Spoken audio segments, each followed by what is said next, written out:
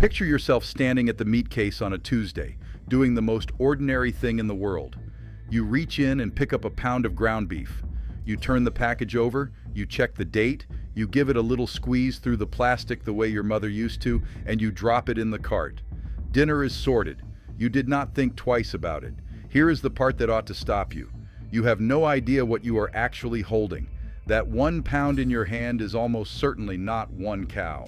The trimmings that go into ordinary ground beef get blended together, so a single pound can carry little pieces of a great many animals at once. Sometimes from more than one farm, sometimes from more than one country. And somewhere in the making of it, that meat was very likely sprayed with something nobody ever printed on the label for you to read. Now most folks, when they hear a thing like that, they go looking for the villain. Some locked room, some shredded file, some fellow in a suit keeping it from you. I want to tell you the truth right up front because it is stranger than the cover-up you are imagining. Nobody hid any of this. It has been sitting out in plain sight the whole time, written down in public, plain as the price sticker on that package. And the reason you never saw it is quieter and a good deal more ordinary than anybody shredding anything. There are 3 things I want to hand you tonight, and I will keep them simple. There is a chemical getting sprayed on most of the beef and the chicken in this country. There is a courtroom fight over a beef product you have almost certainly eaten, the biggest fight of its kind we have ever had in this country, with a number on it that will make your eyes go wide. And there is one group of people quietly getting the raw end of this whole business, and I will tell you now, it is not you standing there at the meat case. My name is Wendell. I spent my working years on the making side of the American food business, and for a good stretch of it, I was down where the trim gets handled and the carcasses get washed, close enough to watch how the sausage really gets made, so to speak. I am not going to name the companies I worked for, not out of any grudge. It is because what I am about to describe was never one bad plant off in a corner somewhere. It is simply how the whole trade runs. And here is my promise to you. I am going to sort every piece of this into what is proven and what is only a worry, and I will tell you plainly which is which as we go. When a thing is settled, I will say it is settled. When it is only something I suspect or something folks are still arguing over, you will hear me say that too. So let us start where it makes sense to start, with the size of the thing. Nearly all of the ground beef and the chicken in this country runs through a small handful of enormous plants. On the beef side, the 4 biggest companies handle somewhere around 85% of it. On the chicken side, just 5 companies turn out about 60% of the birds. The biggest single plants push 5,000 or 6,000 head of cattle through in a day. That is not a scandal by itself, you understand. It is just how the modern business got built, big and fast and cheap. But it does leave you one thing worth holding on to. Think back to that pound in your cart. On a whole steak, the meat is one piece off one animal. Ground beef is different. The trim from a great many animals gets combined and run through the grinder together. So whatever ends up on one animal has a way of spreading itself across a whole lot of packages, in a whole lot of carts, in a whole lot of kitchens. And picture one drop of red dye in a single glass of water. You can see exactly where it is. Now stir that same drop into a great big vat. It does not go away. It just spreads out so thin and so wide you would never find it. That is grinding. And that is the reason the whole safety system I am about to describe even exists. Because in a system built this big, one problem does not stay one problem. It travels. So let me answer the question you actually came here with. Why spray anything on the meat at all? Here is the honest reason, and it is not pretty, but it is plain. The muscle of a healthy animal starts out basically clean, nearly sterile in fact. The trouble is not in the meat. The trouble is on the outside of the animal, on the hide, and on the inside, in the gut. A live steer carries bacteria in its droppings and on its dirty hide. When the hide gets pulled off, and especially when the guts come out, some of that can smear onto the meat. It is the handling that dirties it, not the animal itself. And once upon a time we learned exactly how bad that could get. Back in the early 90s, there was an outbreak traced to undercooked burgers. More than 500 people were confirmed sick. 4 children died, 4 of them. After that, the government did something it had never done before. It declared one particular strain of gut bacteria, an E. coli, an adulterant in ground beef. Adulterant is just the law's word for a filth you are flat not allowed to sell. And on top of it, every plant in the country was ordered to write down and follow a real, honest-to-goodness safety plan. Nearly the whole modern system of washes and testing and paperwork that I am describing to you tonight traces straight back to those 4 children. So how do they actually knock the germs down? The name for it is honest about its own limits, which is why I like it. They call it multiple hurdles. No single step kills everything, so they stack up several modest ones in a row. They trim the carcass. They hit it with hot water. They spray it with a mild acid. On beef, usually lactic acid, the same sour stuff that is in your yogurt. And then they chill it down fast. Anything that survives the first hurdle is meant to trip on the next one. Think of it like a row of cheap door locks. Any one of them, a determined burglar could pick in a minute. But 4 of them, one after another, on the same door, that is a whole different night's work. Now, you have heard the phrase chlorinated chicken. By now, it is practically a slogan people throw around. And here is my first surprise for you. It is just about out of date. The workhorse chemical in a modern poultry plant is not chlorine anymore. It has been quietly pushed aside over the last decade or so. Last count, fewer than 1 in 20 poultry plants still use chlorine on the meat itself. What took its place has a name that sounds a lot scarier than it is. They call it peracetic acid. Say it once and then forget the fancy name, because when you break it down, it is basically vinegar mixed with a little hydrogen peroxide. The same peroxide in the brown bottle in your bathroom, and the same acid that is in your salad dressing. Why did it beat out chlorine? The reason is simple. Chlorine loses its punch fast the moment there is blood and fat in the water, and on a kill floor, there is blood and fat everywhere. The vinegar and peroxide mix keeps right on working through all of that. And here is the thing about that vinegar and peroxide rinse. It does not stick around. It breaks down into vinegar, water, and plain oxygen, and it decays away to almost nothing within about half an hour of going on. By the time that chicken is riding in your cart, there is next to nothing left of it to speak of. I will be straight with you here, because this is where a lot of folks want the story to turn dark. The fear runs like this. If a plant can just hose the meat down with a germ killer at the very end, what stops it from getting sloppy everywhere before that? Why keep the place spotless if a chemical bath at the finish line covers your tracks? A rinse is a band-aid over bad habits. Now, I want to be honest with you about that worry, because it is a real one, and it happens to be the very thing Europe hangs its whole objection on. And there is a sharper version of it going around, that these rinses might not just kill some germs but leave others alive in a state where the plant's own tests have a harder time spotting them. I have heard that. And here is where I have to do the thing I promised you I would do. I cannot prove it to you. The loudest study people point to for that was run on spinach and on chlorine, not on your beef and not on this vinegar rinse. So I will put it exactly where it belongs. It is a fair worry, and it is not a proven fact. And any man who tells you he is certain either way is selling you something. What I can tell you plainly is that the rinse was always meant to be the last hurdle, not the only one, and a plant that leans on it to cover filth upstream is breaking the rules, not following them. So now the question you really want answered. Forget the scary framing for a second.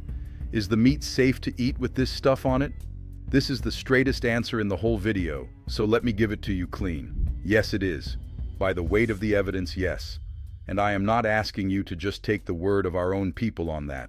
The folks over in Europe run some of the strictest food rules on earth, and even their own safety scientists looked hard at these rinses and said the residue left on the finished meat is of no real concern. Our regulators say it. Their regulators say it. The chemistry itself says it, because the stuff falls apart into vinegar and water before you ever sit down to eat. When the people who allow it and the people who are suspicious of it both come back with the same answer, that is about as settled as these things get. Here is a little wrinkle worth knowing, because it clears up the confusion most folks carry. Getting one of these treatments cleared works like a lock with 2 different keys, and you need both to turn it. One agency decides whether the chemical itself is safe and at what strength. A separate agency, the one that actually puts inspectors physically inside the plant, decides whether it is fit for the job and whether the plant is following the rules. One approves the chemical, the other watches the meat. Two keys, two different sets of hands. And I will clear up the one thing near everybody gets wrong while I am here. It is not the FDA that inspects your meat. It is the meat and poultry side of the agriculture department. Different agency, different job. Get that straight, and half the confusion falls away. Now, you have surely heard that Europe will not touch any of this, and that much is true.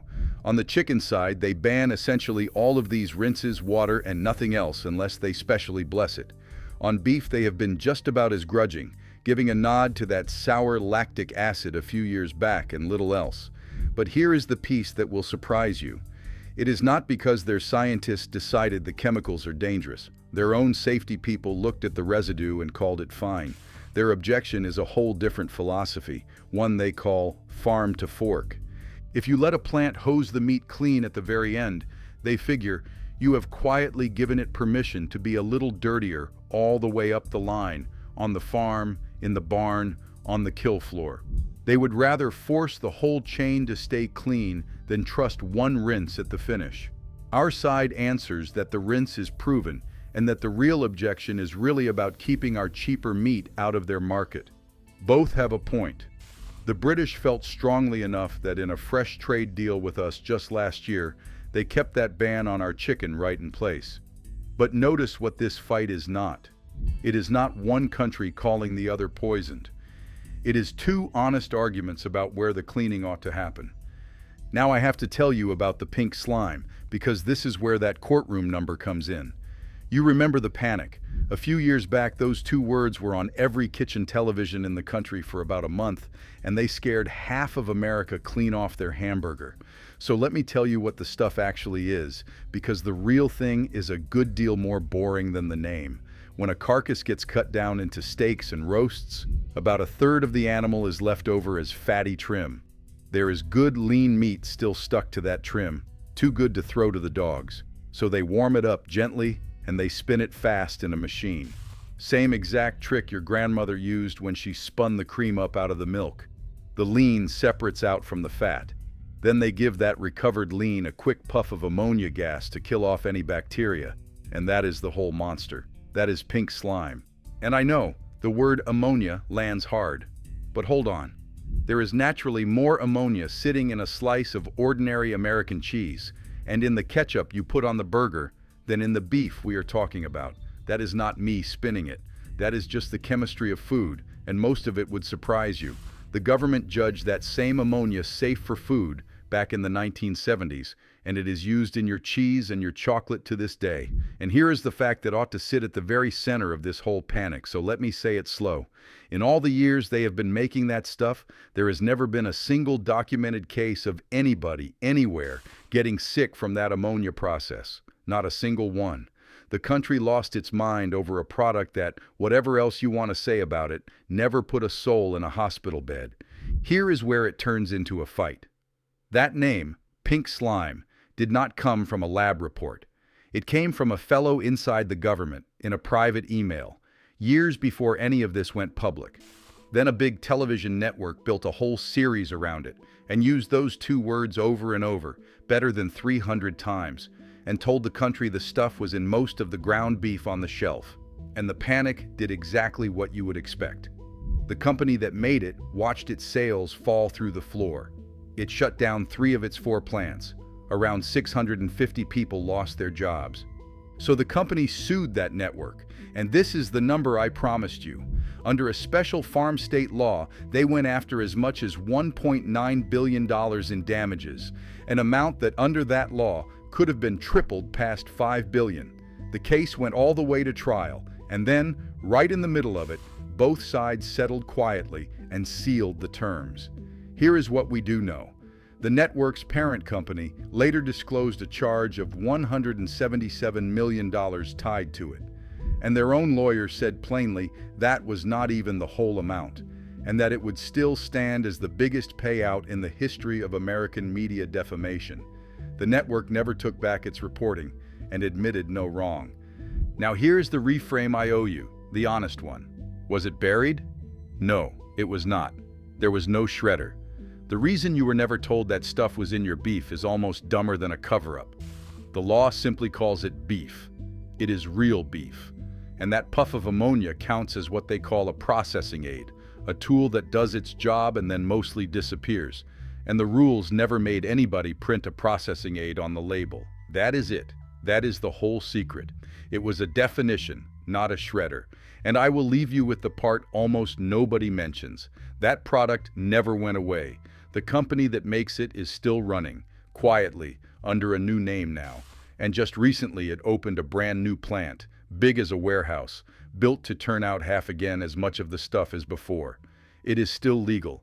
It is still called ground beef, plain and simple, and it is still nowhere on the label. So after all of that, here is the part I most wanted to get to. Because this is where the real harm in this whole story actually lives, and it was never on your plate. It is the people inside the plant. That gentle vinegar rinse, the one that is so mild on your finished chicken, in a great big room, sprayed over and over all day long, it throws off a fine mist into the air. And that mist can irritate the eyes, the nose, the throat, the lungs. It is a recognized trigger for asthma. And here is the piece that ought to bother you most. For the meat on your plate, there is a firm legal limit on how much can be left behind. For the air those workers breathe all shift, there is no federal legal limit at all, none at all. There is one voluntary guideline, nothing more. And a large study last year measured the air around better than 1,000 poultry workers and found it pushing past even that soft guideline in nearly half the plants they checked, with around 1 in 6 of those workers reporting trouble with their breathing. Years back, an official review looked into it and found something plainer still. No agency was really minding what these workers breathe at all. Now let me be careful and honest here, the way I promised, because this is a worry and not a verdict. The strongest hard proof of people actually getting sick from this comes out of hospital cleaning rooms, not meat plants, and plenty of the measurements taken inside poultry plants have come back low. So I am not going to stand here and tell you these workers are all falling ill. I cannot prove that, and I will not say what I cannot prove. What I can tell you is settled is this. The stuff irritates lungs, it can trigger asthma. The air in a lot of these plants has run past the only guideline we have, and there is a real gap where a legal limit ought to be. That is the honest shape of it. Proven hazard, real gap, and whether it does lasting harm still under study. So let me draw the line clean between what I would stake my name on and what I am only turning over in my mind. Here is the solid ground. The washes are real, and they are on most of the meat in this country. And the people who allow them and the people who are suspicious of them both looked hard at what is left on your food, and both called it safe to eat. The safety of American beef genuinely got better after those hard lessons in the 90s, even if the progress has stalled out some in recent years. So do not stand at that meat case in fear. Your dinner is not the scandal here, but sit with who this quiet little setup actually serves. It is cheaper to make the meat this way. It ships better and it wastes less of the animal. And because the law files these things under beef and under processing aid, not one soul is ever required to tell you a word about it. There is no money in telling you. There is no villain in a locked room. There is just a definition doing the work a shredder never had to. So what do you actually do about it, standing there tomorrow? 2 simple things, and I will keep it to 2. First, if you truly want to steer clear of these treatments and that ammonia beef, there is exactly one label that reliably does it, and it is the certified organic seal. That is the real one. The words natural and grass-fed and no antibiotics, they sound like they mean something here, and they tell you nothing at all about a chemical wash. Second, and this matters more than any of it, cook your meat through. 160 degrees for your ground beef, 165 for your chicken. Because that heat, not any spray, is the thing that actually protects your family from what these washes were only ever meant to reduce. And one more small thing while I am at it. Do not rinse that raw chicken off in the sink before you cook it, whatever your mother taught you. All that does is fling the germs around your counter and your hands. Let the heat do the work. Now I would like to ask you something, and I do read what comes back. If you could force one single fact onto a package of meat, one thing that is not required to be there today, what would you put on it? Tell me down below. I have got my own answer, but I would rather hear yours first. Next time, I am going to take you to the cold case a few feet over, to the word local stamped on the front of things, and show you how far a piece of meat can travel, and still wear that word honestly. It is a stranger trip than you would guess. As for me, I am not here to frighten you off your supper. The meat is fine. I only wanted you to know what I knew, so the next time you turn that package over at the case, you are reading it with clear eyes. That is all I ever really have to give you. Go easy, and I will see you on the next one.